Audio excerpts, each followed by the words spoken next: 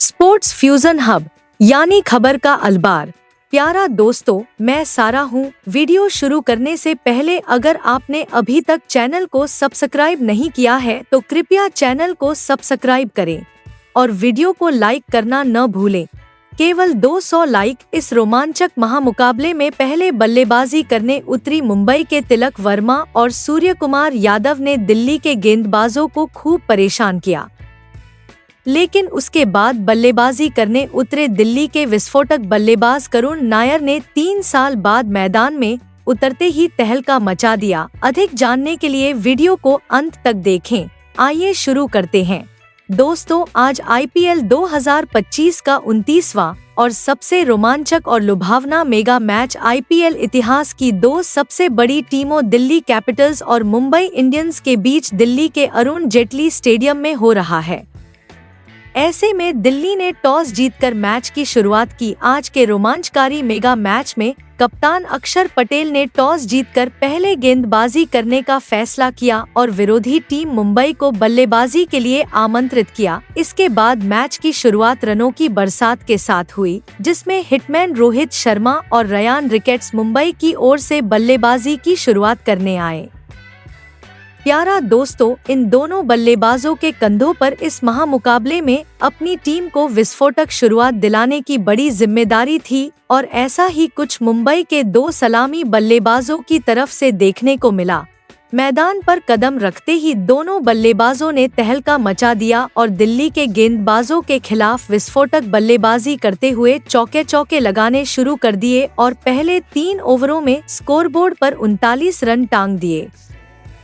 प्यारा दोस्तों, आपको बता दें, इनमें से 19 रन रोहित शर्मा और रेयान रिकल्टन ने तीसरे ओवर में मिशेल स्टार्क के खिलाफ बनाए थे। पहले बल्लेबाजी करने उतरी मुंबई की सलामी जोड़ी आज दिल्ली के गेंदबाजों के सामने खतरनाक नजर आई, क्योंकि पावर प्ले के कारण दोनों बल्लेबाज शानदार तरीके से फायदा उठा रहे थे और समय पर गेंद को सीमा रेखा के पार भेज रहे थे, जिसके कारण मुंबई पावर प्ले में काफी तेज गति से आगे बढ़ रही थी।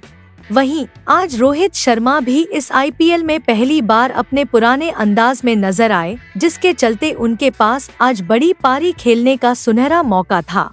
लेकिन तभी मैच के 5वें ओवर में रोहित शर्मा ने फिर गलती कर दी और गेंदबाज विप्र निगम के खिलाफ 5वीं गेंद पर स्वीप शॉट लगाने की कोशिश में एलबीडब्ल्यू आउट हो गए और अपना विकेट गंवा बैठे।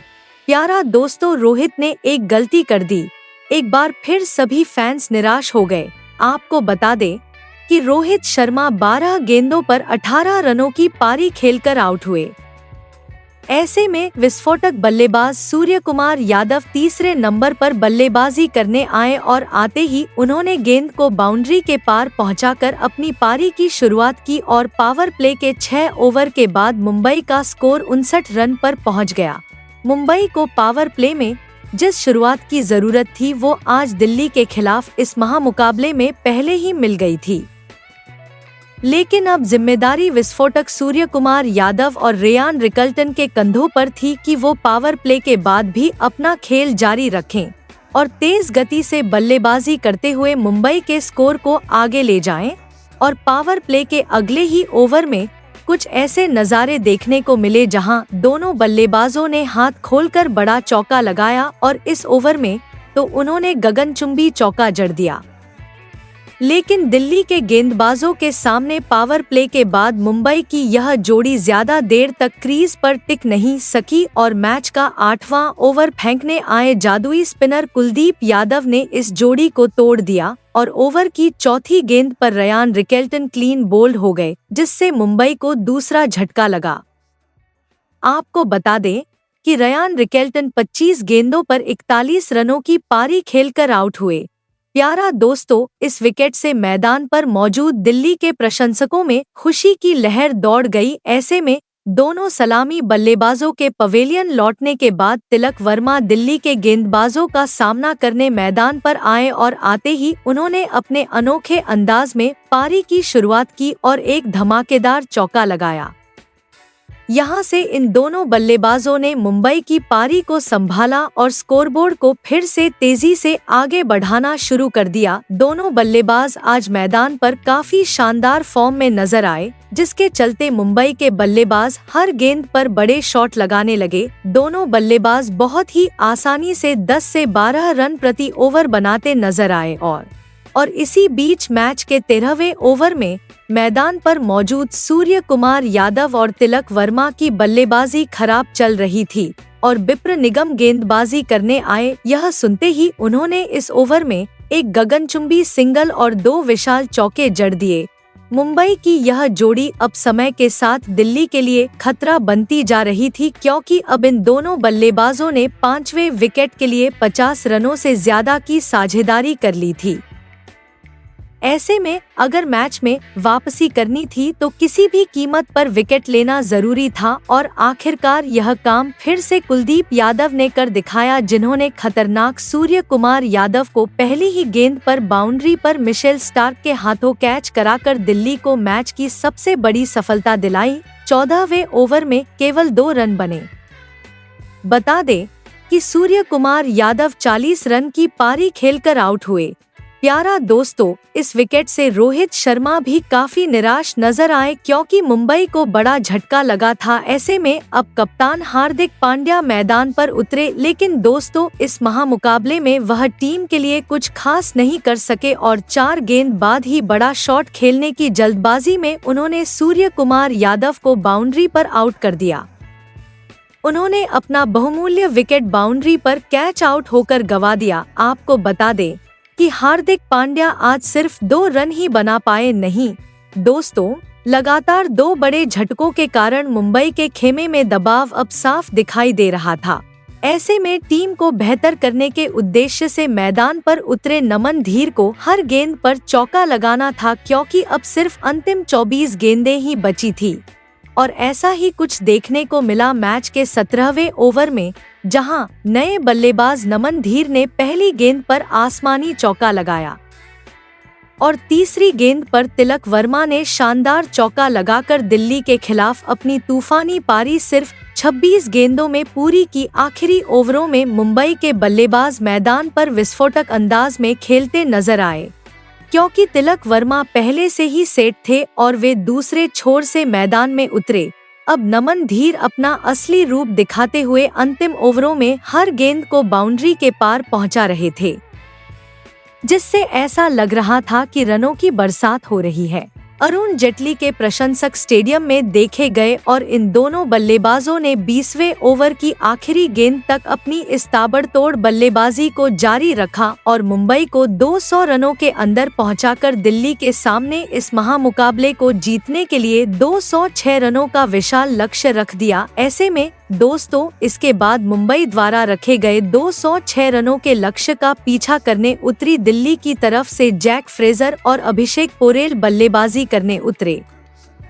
मुंबई द्वारा दिया गया लक्ष्य बड़ा था, इसलिए दोनों बल्लेबाजों पर तेज शुरुआत करने की जिम्मेदारी थी, लेकिन दोस्तों लक्ष्य का पीछा करते हुए दिल्ली की मुंबई के खिलाफ इस महामुकाबले में बेहद खराब शुरुआत हुई और पहला ओवर फेंकने आए तूफानी गेंदबाज दीपक चाहर ने पहली ही गेंद पर स्ट्राइक पर खड़े जैक फ्रेजर को विल जैक के हाथों कैच कराकर दिल्ली को बड़ा झटका दिया।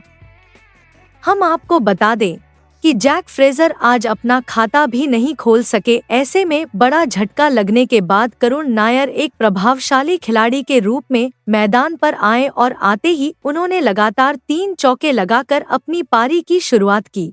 प्यारा दोस्तों, जैक फ्रेजर का विकेट खोने के बाद भी मैदान पर मौजूद करुण नायर और अभिषेक पोरेल ने पावर प्ले का शानदार फायदा उठाते हुए अपनी आक्रामक बल्लेबाजी शुरू की और पहले 3 ओवर में दिल्ली को 33 रनों तक पहुंचा दिया।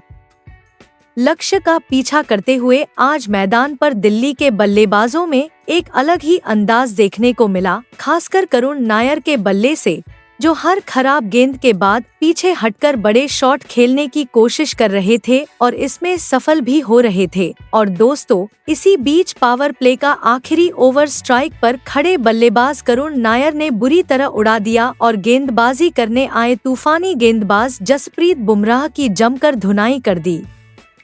इस ओवर में 2 गगनचुंबी चौके और एक जबरदस्त चौका लगाते हुए उन्होंने महज 22 गेंदों पर मुंबई के खिलाफ अपना तूफानी प्रहार किया और पावर प्ले के 6 ओवरों की समाप्ति पर दिल्ली को 72 रनों तक पहुंचा दिया। करुण नायर की घातक बल्लेबाजी ने अब पावर प्ले खत्म होते ही मुंबई को पूरी तरह से बैकफुट पर धकेल दिया है।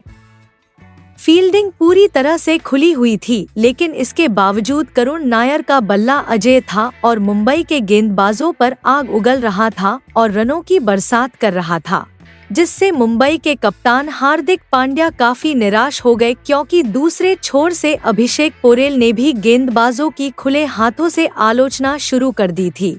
दिल्ली की बल्लेबाजी अब पूरी तरह से मुंबई पर हावी हो रही थी। ऐसे में अगर उन्हें मैच में वापसी करनी थी तो किसी भी कीमत पर दिल्ली की इस जोड़ी को तोड़ना जरूरी हो गया था और आखिरकार यह काम करण शर्मा ने किया, जिन्होंने मैच का 11वां ओवर फेंका और ओवर की दूसरी गेंद पर अभिषेक पोरेल को बाउंड्री के लिए नामंदीर के हाथों कैच कराकर दिल्ली को दूसरा झटका दिया। बता दें कि अभिषेक पोरेल 25 गेंदों पर 33 रनों की पारी खेलकर आउट हुए। ऐसे में करुण नायर का साथ देने के लिए अनुभवी बल्लेबाज केएल राहुल मैदान पर आए। भले ही दिल्ली ने अपने 2 बड़े बल्लेबाज खो दिए थे, लेकिन एक छोर से करुण नायर का बल्ला अभी भी मुंबई के गेंदबाजों पर दबाव बना रहा था। दिल्ली काफी शोर मचा रही थी और रनों की बरसात हो रही थी, जिसके चलते करुण नायर अपने शतक के काफी करीब आ गए थे। ऐसा लग रहा था कि वह मुंबई के खिलाफ अपना शतक जरूर पूरा कर लेंगे, लेकिन दोस्तों तभी 12वें ओवर में करुण नायर अपना धैर्य खो बैठे और मिशेल सेंटनर की घूमती गेंद पर क्लीन बोल्ड हो गए और अपना विकेट गंवा बैठे। प्यारा दोस्तों, आपको बता दें कि करुण नायर टीम से बाहर हो गए हैं 89 रनों की शानदार पारी खेलने के बाद। ऐसे में दोस्तों करुण नायर जैसा बड़ा झटका लगने के बाद अब दिल्ली की तरफ से कप्तान अक्षर पटेल मैदान पर उतरे, लेकिन इस संकट की घड़ी में वह टीम के लिए ज्यादा योगदान नहीं दे सके और अगले ही ओवर में जसप्रीत बुमराह की गेंद पर सूर्य कुमार यादव को आसान कैच थमाकर अपना विकेट गंवा बैठे। प्यारा दोस्तों, आपको बता दें कि अक्षर पटेल आज सिर्फ 9 रन ही बना पाए। दोस्तों, शानदार स्थिति में पहुंच चुकी दिल्ली की टीम पर अचानक दबाव महसूस होने लगा, क्योंकि अक्षर पटेल के बाद मैदान पर आए ट्रिस्टन स्टब्स भी महज 1 रन की पारी खेलकर पवेलियन लौट गए। इसके साथ ही 2018 में मैच के 16वें ओवर में करण शर्मा ने दिल्ली को एक और बड़ा झटका दिया और इस बार उनका शिकार बने अहम बल्लेबाज केएल राहुल।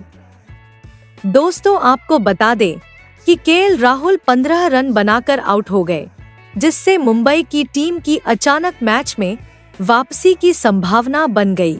स्कोर 12वां था और दिल्ली का आधा बल्लेबाजी क्रम पवेलियन लौट चुका था और मैच भी अंतिम चरण में था, वह आ गया था।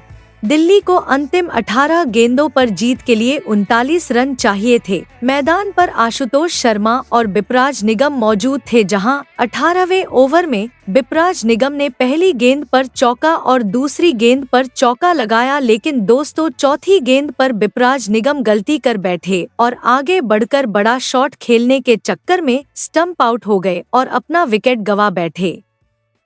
ऐसे में अब 12 गेंदों पर 25 रनों की जरूरत थी, जहां स्ट्राइक पर मौजूद आशुतोष शर्मा ने दूसरी और तीसरी गेंद पर 2 शानदार चौके लगाकर 8 रन बना लिए, लेकिन दोस्तों तीसरी गेंद पर 2 रन चुराने के चक्कर में वह रन आउट होकर पवेलियन चले गए और उसके बाद मैदान पर आए कुलदीप यादव भी रन आउट होकर अपना विकेट गंवा बैठे और दोस्तों दिल्ली ने आखिरी विकेट भी रन आउट के रूप में गंवा दिया, जिसके चलते आखिरकार मुंबई ने यह रोमांचक मुकाबला 12 रनों से जीत लिया। दोस्तों, इस रोमांचक क्रिकेट अपडेट देखने के लिए धन्यवाद। सभी नवीनतम क्रिकेट हाइलाइट्स और अपडेट के लिए हमारे चैनल को सब्सक्राइब करना न भूलें। हम जल्द ही हाइलाइट्स के साथ वापस आएंगे।